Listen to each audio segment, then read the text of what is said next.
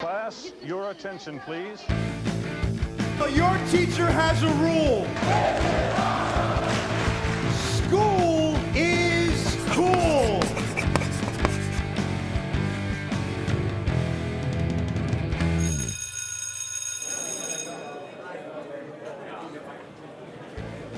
Attention, everybody. Quiet down, please, because class is in session. My name is the Professor Tyler Wolf, and I am joined, as always, by the prodigy, my good friend, Mr. Anthony Cerulli. Anthony, what's going on, brother? Everything is going great in the world of the prodigy. We had a great episode last week. We've had great episodes across all these weeks. We are now a month into doing the classroom, and I'm having so much fun. I keep saying it. This is the most fun that I've had doing a podcast, and I'm glad to share it with my fellow Canadian. Well, not fellow Canadian, but a Canadian across, You know what? You can be an honorary Canadian. An honorary Canadian. I was going to say we're like the Can-Am connection or whatever. Oh, someone's doing some homework there. I love me some Ricky Martel, and he's on the list of people we're going to talk about at some point on this show. I got a great angle with him and Jake the Snake I want to get into one day. Ooh, okay. Let's do it one day. Great reference already. You're already on an A+ this week. And I'm going to take it one step further, because I feel like I am an American this week, because I've never had so much American pride in my entire life than watching the Iron Sheik versus Sergeant Slaughter. My God, did this feud ever pump me up? It's like I had the Real American playing in the background this entire time when I was watching this, because it was so much patriotism. I was like, fucking America, let's do it. 1,000%, man. As I mentioned on the show last week, this was a lot of new stuff that I've never seen before. And this is why I love doing this show, because I am seeing things for the first time as well that I've read about, that I've heard about, that I've never actually taken the time to dive into and get into it. And to me, this is a type of a feud that epitomizes what this show is all about. This is a classic that you just hear boot camp match and you don't think anything else of it other than, okay, they had a hardcore match. Well, how did they get to that hardcore match? And especially for people your age, you're a lot younger than I am. This match, you might not have even heard of this feud, this match. This is one that could just get lost. So I'm really happy that we're going to take a deep dive into the Iron Sheik versus Sergeant Slaughter. And before we do that, let me take a page out of your book here. Guys, please like and subscribe to anything that we are doing. If you enjoy what we are doing, leave your comments below what your favorite parts are about the feuds that we're talking about, what feuds you would like to see us talk about in the future. We love your feedback, and we just want the fellow wrestling fans to enjoy this look back in time, all the way back to 1984 this week. Good cheap plug there. I've taught you well. Maybe the professor can teach. The prodigy can teach the professor a few things. I think between listening to you for the last couple of weeks doing it, and then Mick Foley last week with all the cheap plugs, I was ready to take the leap this week. Absolutely. And if we're going to plug things, all episodes can be found also on www.countoutwithmikeandtyler.com. That's because Mike does such a good job with our website. I need to give him a plug. He really does, because you could also find another podcast on that website, the Titantron podcast, which might be coming back soon. Who knows? Who knows? Turn your attention. Mm-hmm. Look, we almost just started our Macho Man. Oh, yeah. When the Titantron and counting out get together, brother. If you want to know what the hell we're talking about, tune in the archives there. The class. Check out the episode 3, brother. Oh, yeah. Well, before we get into the lesson this week, I always like to ask you, what, if anything, did you know about the Iron Sheik and Sergeant Slaughter? Maybe not even the rivalry, but just their careers in general. Then we'll span it out a little bit more. Well, I knew more about Sarge's WWF WrestleMania 7 run, the Iraqi sympathizer. So I knew more about that end. As far as the Iron Sheik goes, I watched WrestleMania 1, so I knew a little bit about him. I watched the Hogan winning the title against him. So I knew, and I've seen, as many shoot interviews as I can in recent years about the Iron Sheik. So that gives you enough Iron Sheik content right there. So I knew a little bit about these guys. I never I knew that they went up against each other in this boot camp match. I heard the name, never knew what it was. But I never knew anything about this feud. Literally, this is the first week that there is not a single segment that I'd ever seen, both in the feud or in the match. So to say I was looking forward to this would be a complete understatement. Well, I'm very excited. And if there's nothing else to talk about, then hit us with the famous line, my friend. Ring the bell, because class is in session. And that's right. We are in session now. Everybody pay attention. The professor is about to start the lesson. We're going to start off at the very beginning. The most simple and effective way to start a feud. I really love this segment. I labeled it crossing paths. The Iron Sheik was in the ring. He had just finished beating up on a poor young enhancement talent. Freddie Blassie's with him, who I love me some Freddie Blassie. And the Iron Sheik is taking his time leaving the ring. Well, Sergeant Slaughter, who at this time was still technically a heel, he was kind of in a transitional period where the crowd was starting to get behind him a little bit more, was making his entrance to the ring. And you have these two guys with massive egos that just won't move out of the way for each other, and Slaughter's kind of giving him the gears a little bit, and Blassie's trying to get in the middle of them. And it's just like, well, just move.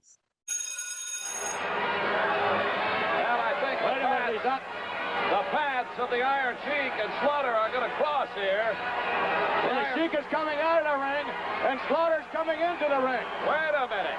Who's going to step aside? How simple is it to rub somebody the wrong way, other than just, this was like a whose dick's bigger contest, you know what I mean? No, I'm Sergeant Slaughter, I'm not moving. I'm the Iron Sheik, I'm not moving.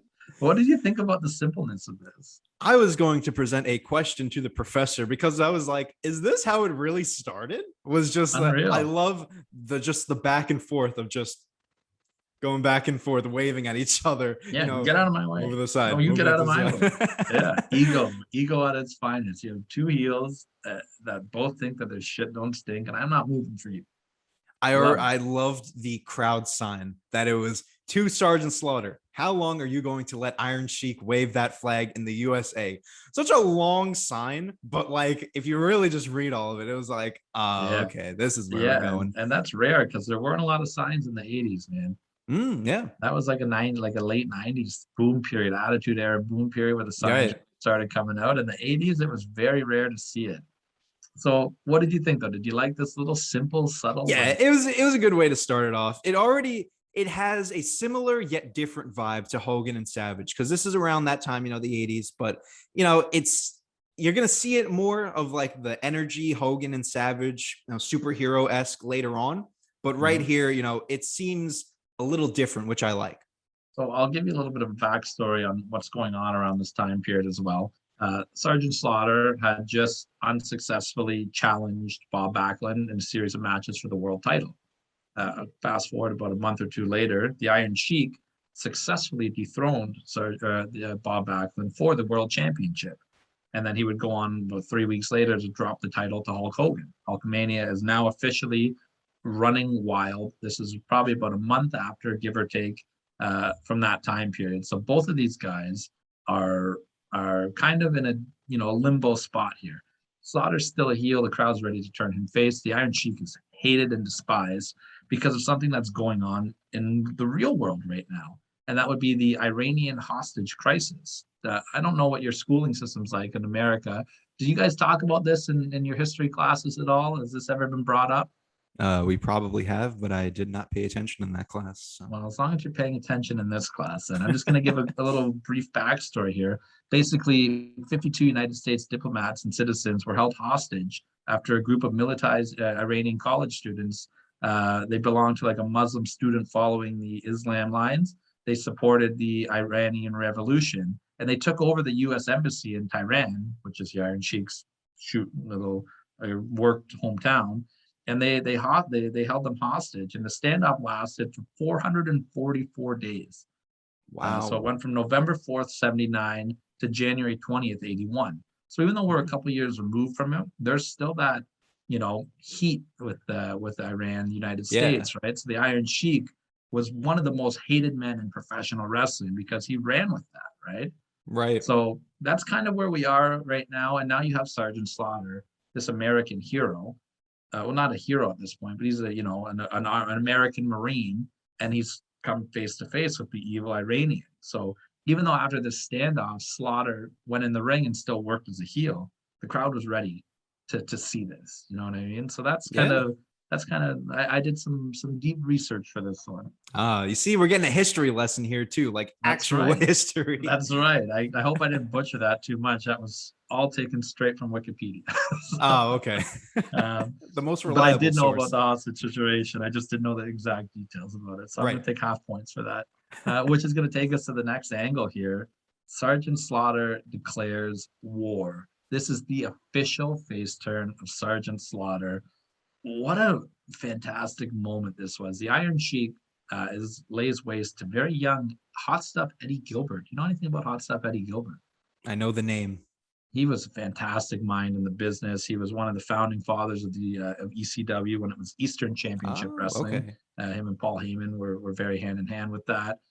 He did a lot of great work in the NWA, a lot of great work on the independent scene around the Philadelphia area. Legendary feud with Cactus Jack on the independent scene. One of the lost heroes in professional wrestling as well. He died way too young. He was married to Missy Hyatt, so good on you, man, because she was a piece of work back in the day. So, but anyways, I digress. So the Iron Sheik lays waste to very young Eddie Gilbert here, and he kind of starts beating him down after. And Slaughter just has enough. He just runs out, shoos the Sheik away, and the most powerful line where he's just like, "Iron Sheik, I declare war on you." And then he hits the people with the Pledge of Allegiance. I've been ambushed a lot of times over in Vietnam. I've been wounded. I've got scars from bayonets. I've been down before. I've been Pearl Harbor before. The United States has been down before, but we've always fought our way back. Iron Sheik, I declare war on you. War! And I'm saying it right now to you, Iron Sheik.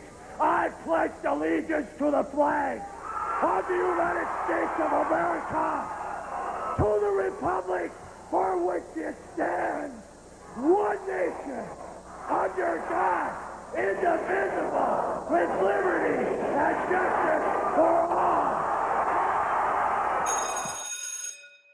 And let me tell you something, man. I'm a Canadian guy. I don't know much about the Pledge of Allegiance other than I think it's really cool.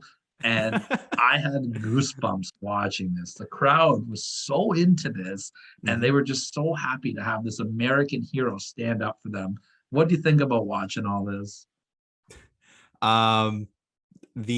Actually, to backtrack a little, that Sheik Gilbert match was not bad. It was a fast-paced, a lot more fast-paced than you would see for a squash match, but Sheik was really pulling out all the stops here, and Gilbert got some good offense in too, and he sold really well. So I really like that. I love the difference here between the two of us, because while you are very pro this, Pledge of Allegiance USA, I can't get behind this. Oh, really? And I'm the American here. And it's like, I guess it kind of is similar to the fact that, everything with Savage and Hogan, that it was very over the top. And I'm more used to that, more, I guess, not realism, but like reality based, not so superhero-esque. But when it comes to this USA stuff, I don't know. I can't get into like the very just 24/7 talking about America in these promos. And it gets better as we go along. But, I texted it to you. I feel like I've heard Pearl Harbor be used as a verb so many times during the 80s. Me and Gene really like that one, right? Go back and watch WrestleMania 1 and just take a shot every time you hear Gorilla Monsoon just say, "He Pearl Harbored him." Yeah.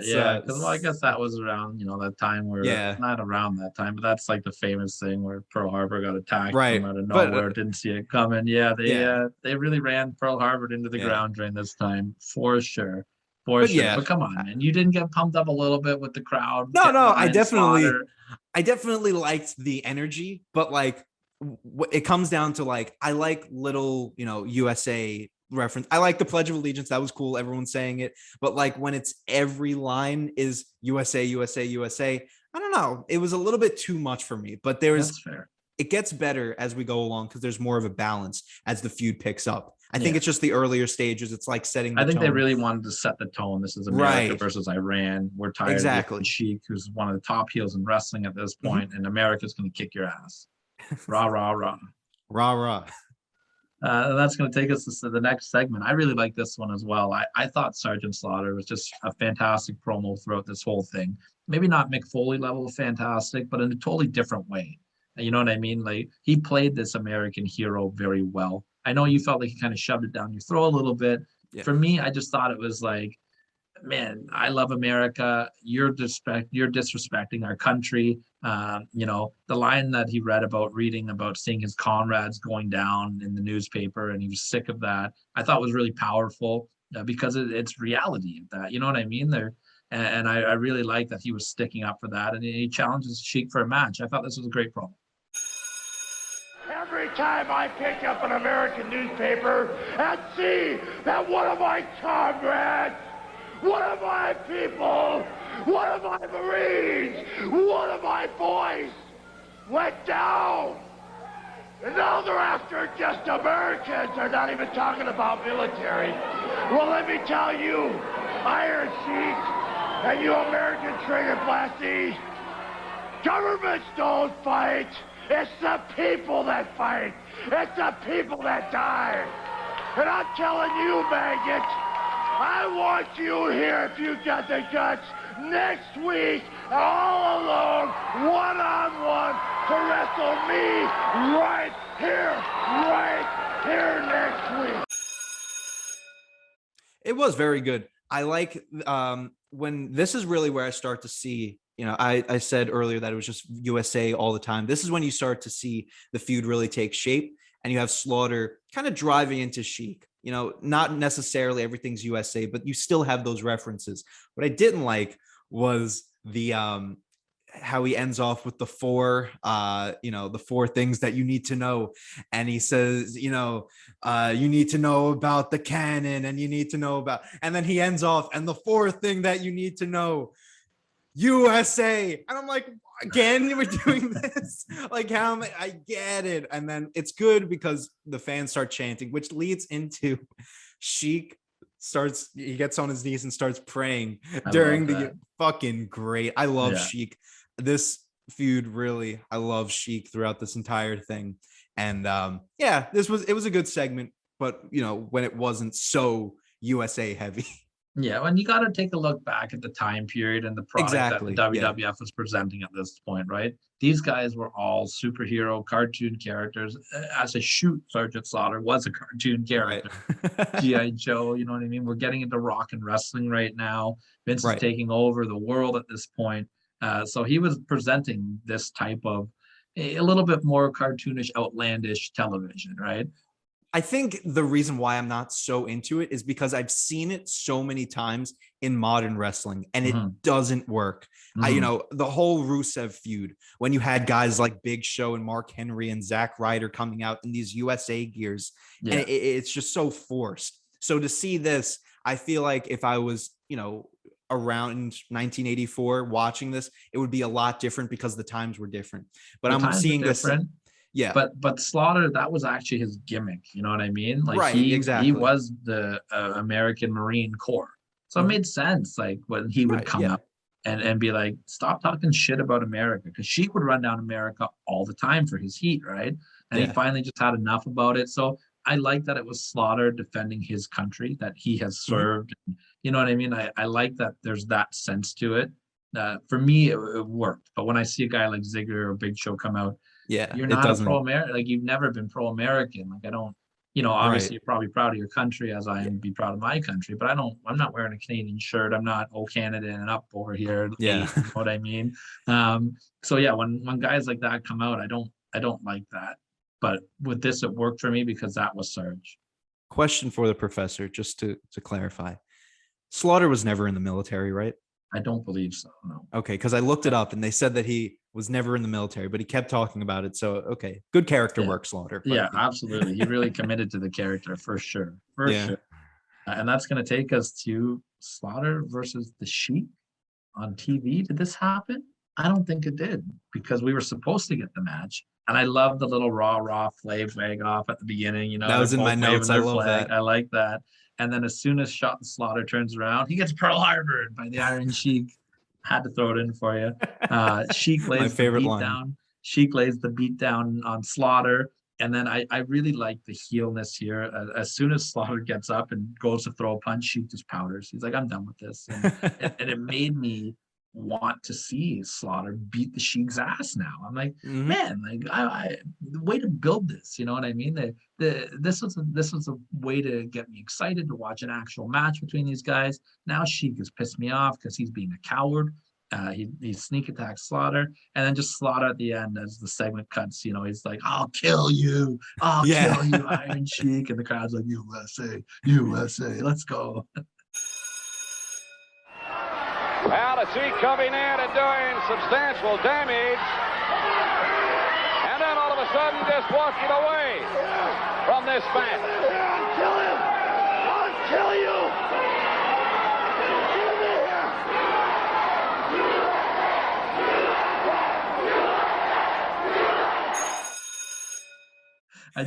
I thought it was a fun way to get to our first match, our first real match at least. I was surprised just watching this because he is so over that they never put the title on him. And I get it, it was like the right guy at the wrong time because Hulkamania was just starting off. But like, man, you could have put the title on Slaughter, you know, and it would have, like, the crowd would have been super into it. You know, Let's talk about especially why in that this. never happened. Oh, let's do it. I didn't know there was a reason. There's a Let's do reason it. why. So, Oh, in my opinion, Sergeant Slaughter was the number 2 babyface in the company at this point. Even as popular as he was, Hogan was still right. above Slaughter by a good amount. I think he had surpassed Snuka at this point. I think he had surpassed Andre the Giant at this point, who was a really big babyface. But Slaughter knew his worth. So, you know, he wanted to go and do G.I. Joe. He wanted, G.I. Joe was going to make him action figures before the LJN big rubber action figures came out. So he said this to Vince, and Vince said, no, we're making our own action figures. Like, we need you on board. And so there was a falling out over money. And that's why Sarge ended up leaving the company shortly after this feud. Okay. Some people, the story's been told many different ways, where either Vince fired Slaughter in Toronto after a show, or Slaughter and Vince just couldn't come to terms and they parted ways because they were beefing over money. But either way, like, it all came down to the green, and Slaughter was one of the guys that knew his worth and saw these bigger opportunities. You know, being in G.I. Joe, which was the biggest cartoon on TV at the time, or one of them, is a huge opportunity for him to brand himself out, right? He got commercial opportunities that he had to turn down because Vince wouldn't let him do it, and he wanted to be out there more. So, and Vince wanted him just for himself. So, follow-up question for the professor. Do you think, and this is an opinion question, do you think, money aside, that they would have ever given the title to Slaughter within this Hulkamania run? No. I think they would have been crazy to do it. As over as Slaughter was, that's true. Hogan was on a different level, brother. Yeah. Although Slaughter versus Hogan in this time would definitely be interesting. USA just all over the place. Just a minute. They should have formed a tag team. They could have been the first Mega Powers. Absolutely. All right. So now we're gonna build up to what the staple was at this time, your house show market. Madison Square Garden was the holy grail, right? But these guys would take what they do on TV. Television wasn't the be all end all at this point. It was you got to build your angles on TV so you can take it on the loop, right?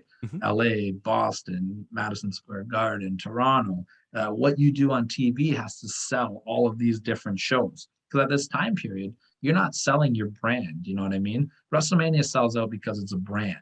Nobody cares what the main event is. It sells out before the matches are even announced, right? At this period, that's not how it was. You know, I need to pay money so I can see Sergeant Slaughter whoop the ass of the Iron Sheik. And we're building up to that now. Both these guys got promos leading into their first stuff. Slaughter's was, your typical Slaughter stuff. But can we talk about this Iron Sheik promo where he pretends to be a camel at the end? Just play it. Just play it right now. I don't care. You have to play it. You're talking about Olympic Auditorium, Los Angeles. Look at all the medals. I didn't buy it, soldier. I bought the Red Olympic 60 at Mexico City. Now, in the Los Angeles, I'm already getting excited. I'm on the doctor. Bring me down. Los Angeles, California. I promise all the Iranian people, all the Arab people, all the red American, Los Angeles Olympic Auditorium. I'm already excited. Soldier, I lost something to Hulk Hogan. I'm going to take it from you.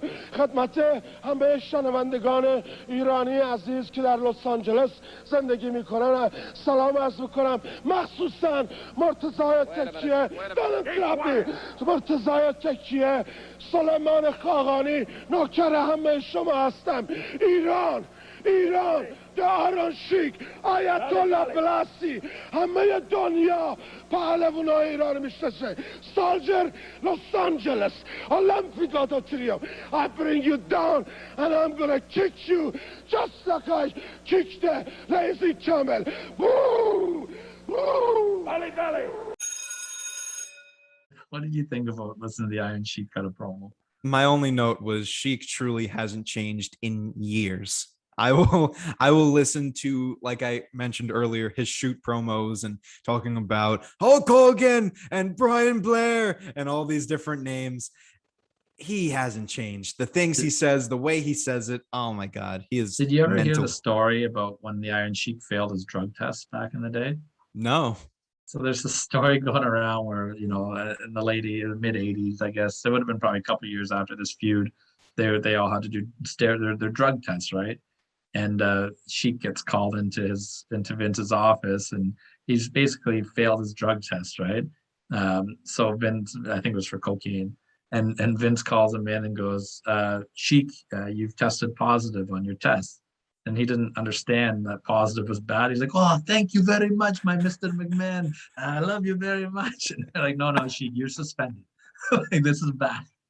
He just had no idea that testing That's positive fucking was a bad thing. I think Steve Carino tells that story. It's really fun. I love That's amazing. the wagginess of the Iron Sheik. and that leads into match number 1 at Madison Square Garden here. Yes. And I like that the build for this is matches leading up.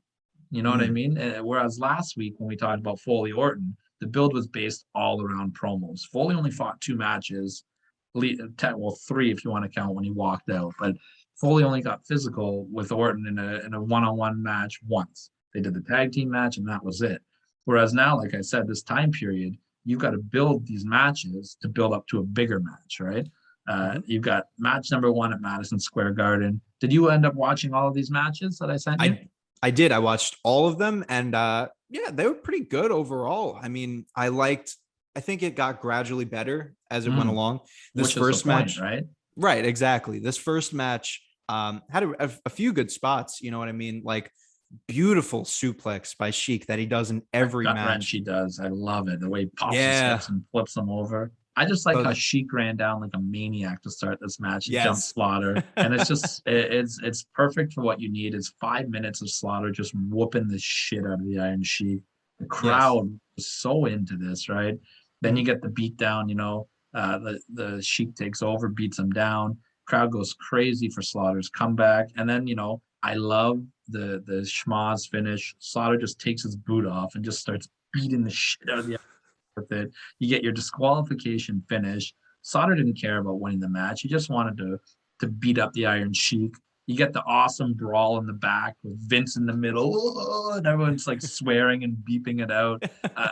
I just loved how this built for me to want to see another match between these guys.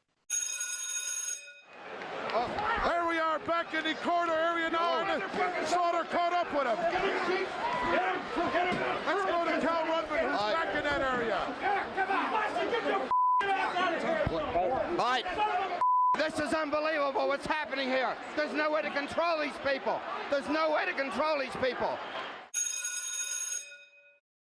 Two quick points. One, I love the spot where Sheik is praying. Like he gets on his knees and starts praying, and Slaughter just stomps on his hand. Yeah. Great stuff. And yeah, like you said, the post-match brawl was just excellent stuff. I didn't really get into this match as much as the others, but from the cursing, the selling, everything just works so well. Vince in there, he just started trying to separate everyone. Really just great stuff overall. Yeah, this was fun, and it leads into match number 2 at Madison Square Garden. And this was, a couple months later. So the house is still there. They're drawing money. People are paying to see this feud. Totally different match than the first match. Sheik was in control for most of this match. Slaughter just hit a gusher, man. He was bleeding buckets. Yes. And again, we got a double disqualification in this match. So now, these guys have fought into Slaughter being disqualified. Now these guys have fought into they're both disqualified. Slaughter cuts the great post-match promo covered in blood. He hits the Pledge of Allegiance again, which Madison Square Garden was really into. I know he kind of ran into the ground a little bit, but still a very powerful moment covered in blood. Basically saying, I will not fight another match until I get the Iron Sheik in Madison Square Garden. I swear on my dead mother. Yes. Very passionate stuff here. Country, but I'm damn tired of bleeding for that guy right there.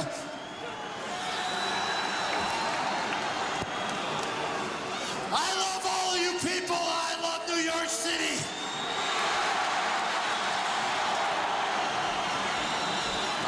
I don't know if he can.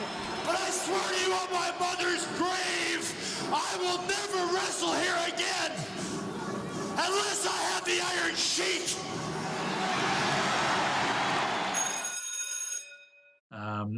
What do you think about match 2? Definitely the better match compared to the April MSG. I like the callbacks to the last match, which adds, like you mentioned, to those house shows, getting ready for that big match. You saw a lot of the spots from the last match. So, the shoe being used, or the boot, I should say, being used.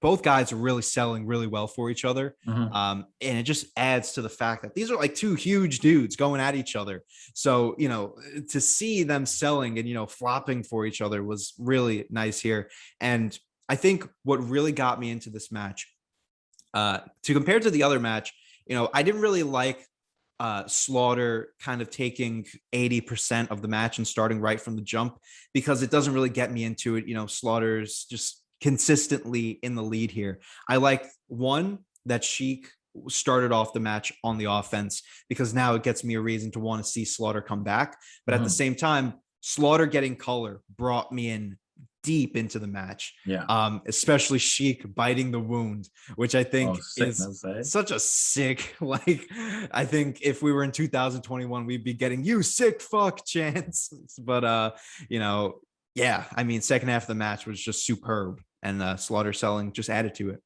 So this feud now has gotten big. Now we're on mainstream TV with it. What do you think about this Regis filming stuff I sent you? To me, this is my favorite part of the whole thing. I thought Regis was hilarious. I love Freddie Blassie, who's one of the most underrated managers of all time. You pencil neck geek. I love that one. Love every time he calls anyone a pencil neck geek. You got Regis covering this feud now on daytime television. What did you think about this fun little stuff? I love that these talk shows, and you see wrestlers bringing their characters to these talk shows all the time. And I love that it brings out a different side of the character itself. The most recent one I can think of is when, I don't know if you ever saw in the lead up to Hell in a Cell 2019, when Bray Wyatt went on different morning shows and did the weather in his gimmick. That's in the so fun. in the fire. And he was like, and we're gonna have a little rain, but this Sunday it's gonna be a cold day in hell. And great stuff. But nevertheless, you really got to see these characters of Slaughter, Sheik, and Blassie just really chopping it up with Regis. Eat your heart out. These are $100 bills, and there's not one of them. Take a look.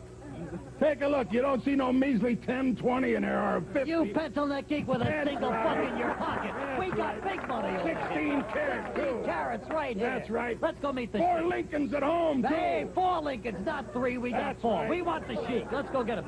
Pick up your purse, Freddie, and let's go. or you get. Tonight, Madison Square Garden. I swear to Fred, Allah. I don't like it when he gets excited. Here comes the prayer. I think we're going to pray.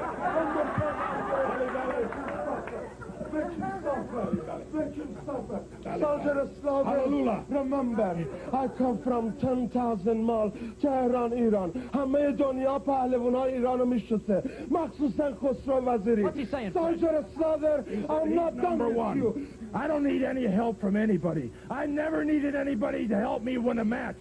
I never needed anybody help to take me over to Vietnam and fight and have these scars on my body. I'm a survivor, Mr. Philman. I'm a survivor because I'm here to tell you about it.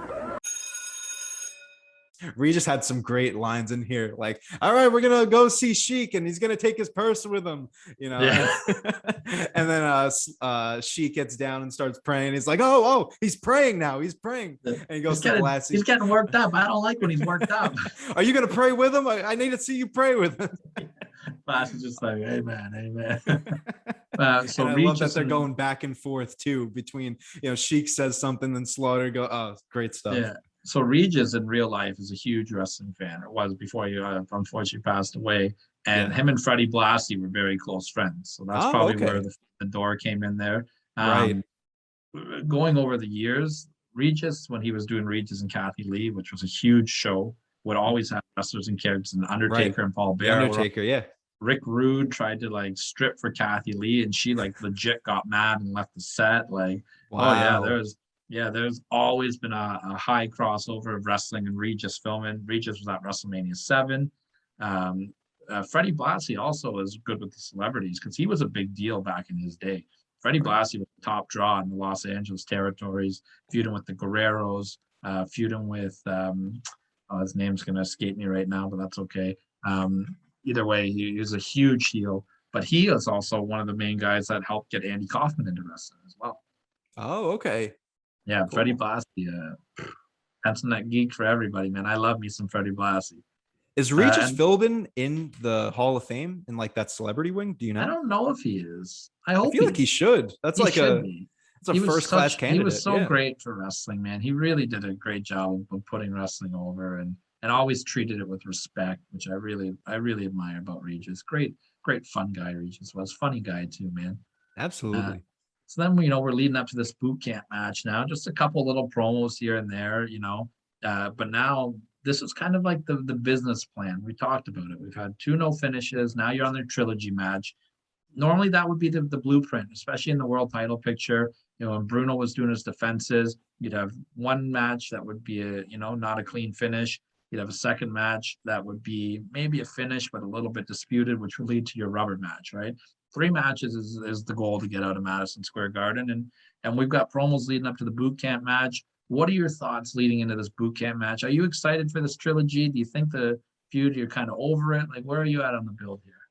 I got more excited as the promos and the matches went along. I think the matches are really what brought me into it, just because of the action. There were really good spots in between. The promos I was a little iffy on, but going into this match, it felt like it wasn't as USA heavy as it was earlier on, which got me more invested. So going in, I was like, I'm ready to see these guys go at it, especially with this boot camp stipulation. I forgot that we were going to get like this, I guess, no holds barred. I think it was even falls count anywhere stipulation. So I was like, all right, so now at least there's more of a reason to be invested. So yeah, I was onto it. Perfect. And this, before we get into the boot camp match, where I turn it over to you here, this wasn't the only boot camp match these guys did. They ran the circuit, LA, Boston. They did a circuit of boot camp matches, but this is the most famous one. Right. So before I turn the floor to you, any final questions about the build? Any comments? Anything you want to do before we turn it over for your assignment here? No further questions. I was all USA heavy, getting ready for this match. But I think we're ready to go. Let's go into the boot camp match. Ladies and gentlemen, introducing first the manager, the Ayatollah Blassie.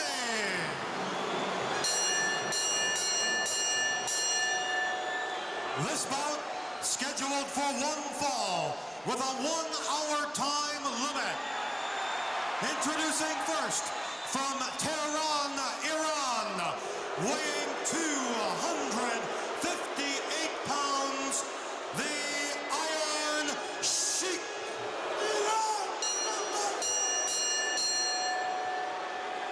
And his opponent from South Carolina, weighing 296 pounds, Sergeant Slaughter.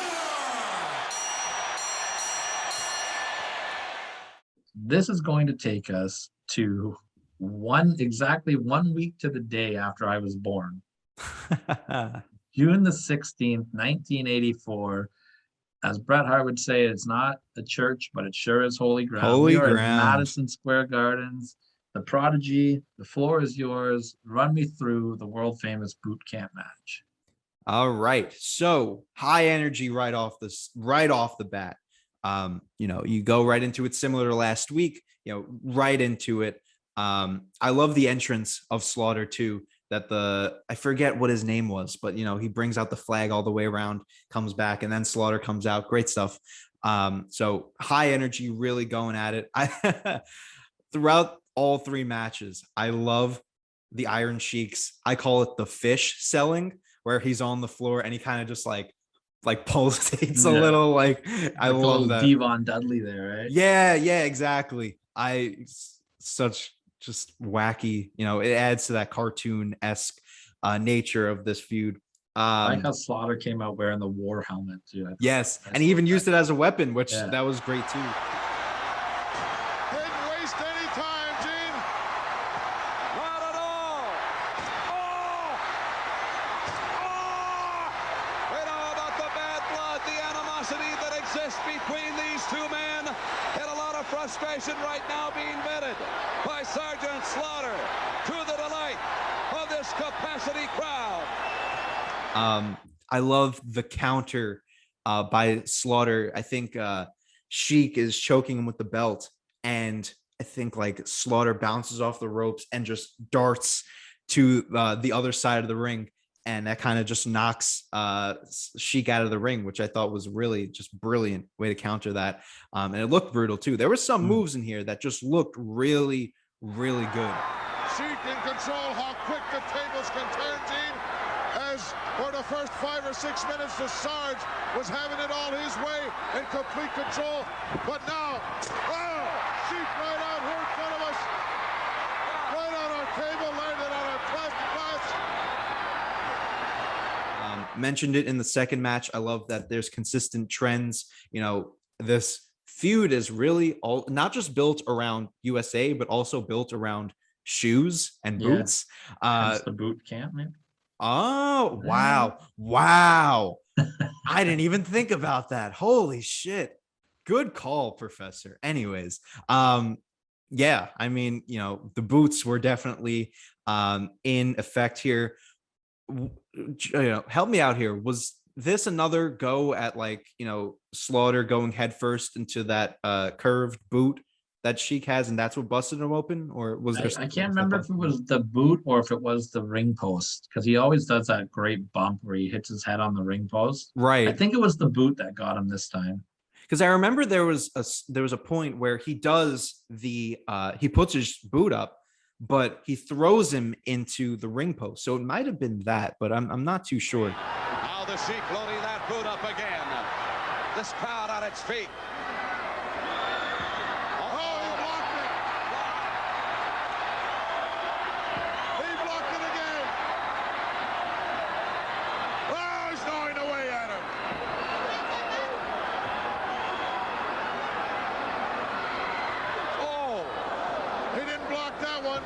Sergeant Slaughter's head ripped into the steel post.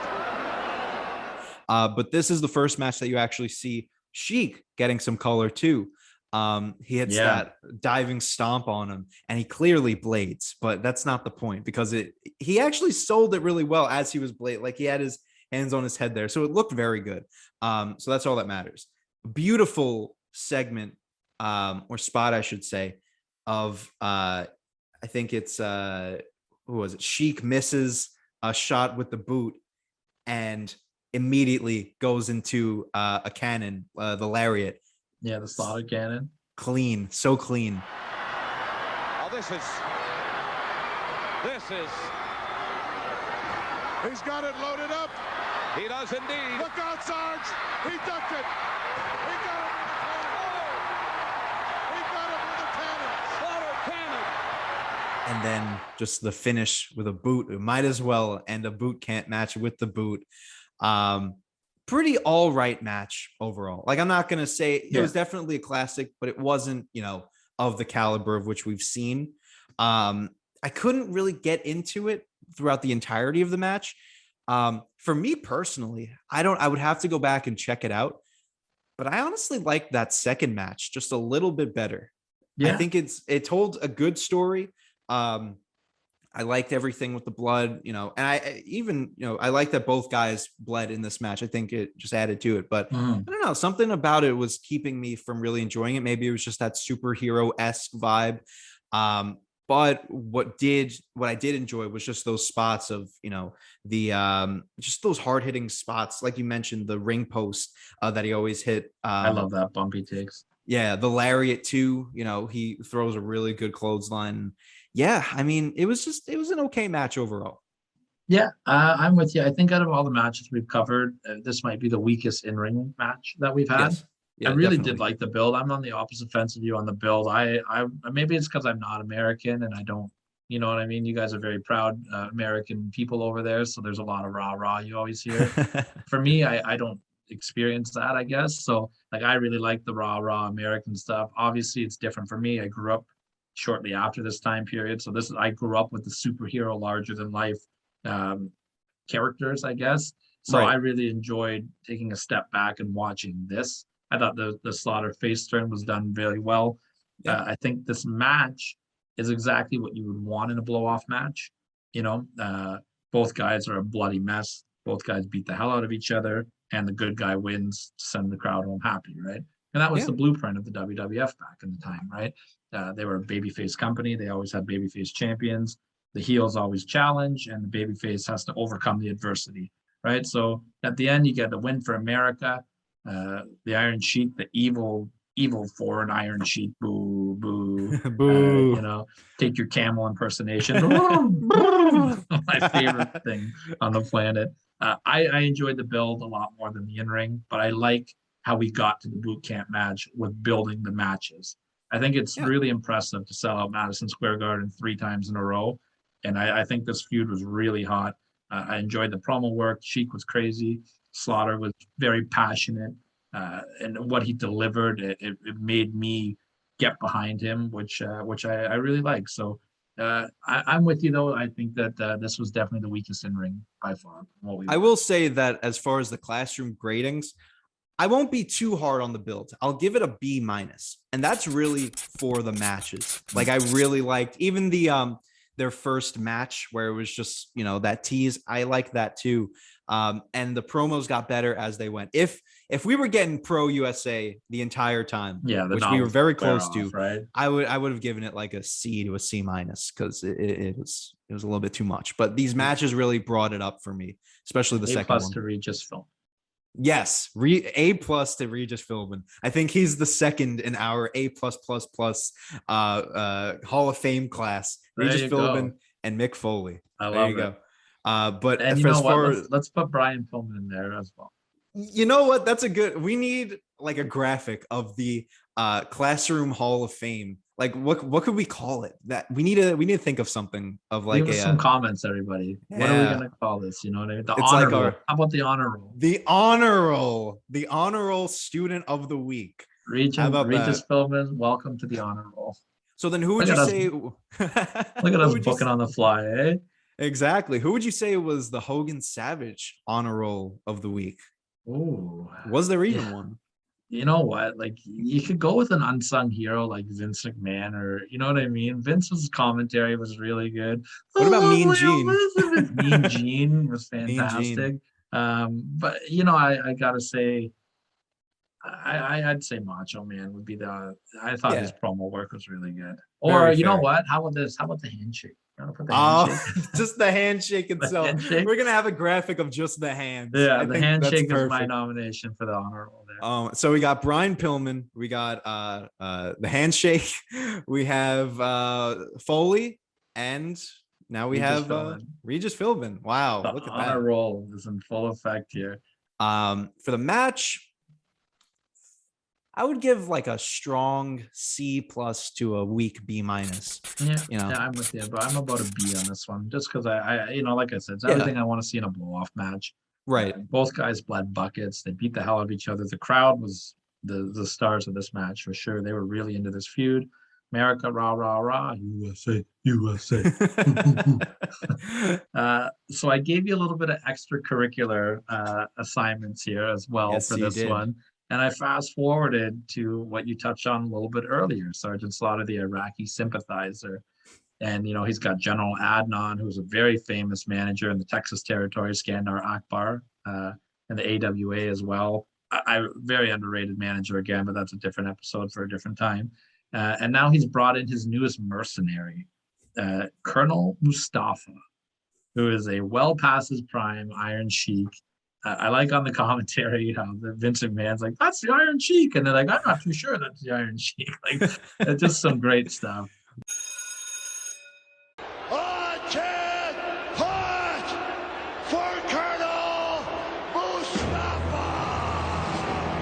Sergeant Slaughter bringing in the reinforcements. Colonel who? Mustafa. And allegedly this man does the dirty work. I know. That's the Iron Sheik, former World Wrestling Federation champion. He may be in Sergeant Slaughter's army as a colonel now. And this man, no doubt, will do the dirty work. Maybe even dirtier than Sergeant Slaughter, if that's at all possible. There's trouble in the air, boys. There's trouble in the air. Sheik looked awful here. His in-ring, he was clearly having a hard time moving around. Yes. He fell over putting the camel clutch on this guy. But I incorporated this in because I just thought it was really special. After Slaughter ended up turning face again, he cuts all these great promos. I want my country back. I don't know if you ever seen any of those before. Basically, once he loses to Hogan and he's turned babyface again, he's begging for America to take him back. I'm sorry, I want my country back. He's that's awesome. Hugging the flag. He teams up with Hacksaw Jim Duggan to get him back to the pro-American side. But we get one last encounter in Madison Square Garden in mid-1992, the Iron Sheik versus Sergeant Slaughter. Nothing compared to what these other matches are, obviously. Absolutely Still very not. cool. Still very cool to see them in the Garden one more time, especially if you're an older fan at this period. Yeah. And to top it all off, how does this match end? Sergeant Slaughter in the middle of the ring, hitting the Pledge of Allegiance. Not nearly the same fanfare as it had in the 80s, but still I thought was just a nice little bow on top of this and probably a cool moment for these guys. I'm gonna do something I haven't done in a long time. Tell the truth. I hope you'll get up and do it with me. I pledge allegiance Get off your behind and to get the up. flag of the United States of America and to the Get up off republic your chair. for which it stands, Jerk me around. one nation, under God, indivisible, with liberty Don't show the and words. justice for You're all. dumbing you. USA! I don't want to interrupt. Where were you in the corner when they did the Pledge of Allegiance? How about a quiz for you real quick? Can you say the Pledge of Allegiance? Do you know it? I do not. I did not. Oh. I know I pledge allegiance to the flag of the United States of America. And then I don't know. Close enough. That's all you need to know. That's it. That's it. I can't do it. Is that I will something you guys say- do in school? Like, was that a thing like growing We up? did that in in grade school, like elementary. Like you start off every day with the pledge and then you have your morning announcements. But you don't do it in like college, it's I high can see school. that being a I public think- school thing. Did we do that in high school? Yes, we did. I forgot. No pledging but, in high school. I can see that being a public school thing for sure. And you know what? I like it. Yeah. Though. I like paying respect to your country, and I like paying Yeah. respect to the flag. I think people, flag's important. It's a representation. A beautiful flag that you Americans have, by the way. I'm a big fan. Yeah. almost as nice as the Canadian flag, but the Can-Am. The Canadian flag is very nice. It's a nice one. It's a nice one. I love that we're the Can-Am connection now, by the way. Oh, that's gonna so pop good. Mike real huge. Absolutely. I have 2 quick points on these little, nothing segments, to be honest. Yeah. But, one, I like that they mentioned that he is the Iron Sheik when they call him Colonel Mustafa, because nowadays you have people getting these new names that they don't even mention their old, not to name drop a dewdrop on here, but like, she's obviously Piper Niven or whatever, Viper in the Indies, but like now all of a sudden she's just dewdrop and they don't even allude to the fact that she's Piper. Like, come on now. So you have that. When they brought Albert back as Laura. Yeah. That one one was bad. And last little point here, because I heard it on this match, Sarge has such an underrated theme song, like his actual WWF theme song. Yeah. Such a good song there. I mean, these were a nice little way to wrap it up with a bow, but yeah, that boot camp match. What about the Marine Corps theme song in the 80s? You like that one too? Oh yeah, it just really just tied everything together with the patriotism. Oh man. Well, that puts a bow on Sergeant Slaughter versus the Iron Sheik. A fun little look back to the wacky world of 80s professional wrestling, right before the rock and wrestling era hits. We'll definitely be revisiting some stuff in this time period over the next few weeks as well. Next week, however, your homework assignment, and now this is going to be probably the most stuff I've assigned you to watch. There's a lot of stuff to watch for this one. But, we talked about patriotism this week and pride, right? Well, next week, we're going to use the word passion and loyalty. Okay. We are going to take a look at the feud between Jerry the King Lawler and ECW. Wow. Okay. And this is going to climax and circle around his match with Tommy Dreamer at Hardcore Heaven. That'll be kind of the match that we focus on. But this is going to be more than the match. The build up to this and just Lawler and his feud with ECW, it's going to be the main focus on it.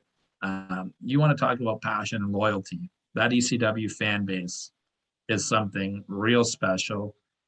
We're going to cover all of it. I'm going to send you. You're going to need to really take time to watch this stuff. There's a lot of stuff to go over. This is going to be a fun show. This was one of my the coolest periods of me watching growing up as a wrestling fan. I was in high school when this happened, and I was just like, "Holy shit, man, what's going on here? These guys don't work together." Like, what? So yeah, a lot of fun stuff to go over here. And then these early feuds, you're going to see ECW leading up to their very first ever pay-per-view, Barely Legal. We're going to go over all of it. Jerry the King Lawler versus ECW. I've got nothing more to say this week. You got any final closing thoughts here? As I say every week, just keep supporting the classroom. We're doing some great stuff over here, and our followers and our numbers are growing every week. So be a part of the classroom. We always want to get we got some seats to fill in the back here. So we need to get a bigger classroom soon. I hope there's some money in the budget from the school for that. But hey, you know what I mean? Let's get this community growing. We got a lot of matches on the way, and I'm looking forward to the future to share with the professor and the project. Absolutely. Thank you to everybody who has supported us. Any comments, any likes, any of all of that stuff. We appreciate it more than you can know. And we will always support you back. So, we're not afraid to work with you. Work with us. Hell yeah. And that's it. On behalf of the Prodigy, I am the professor, and class has been dismissed.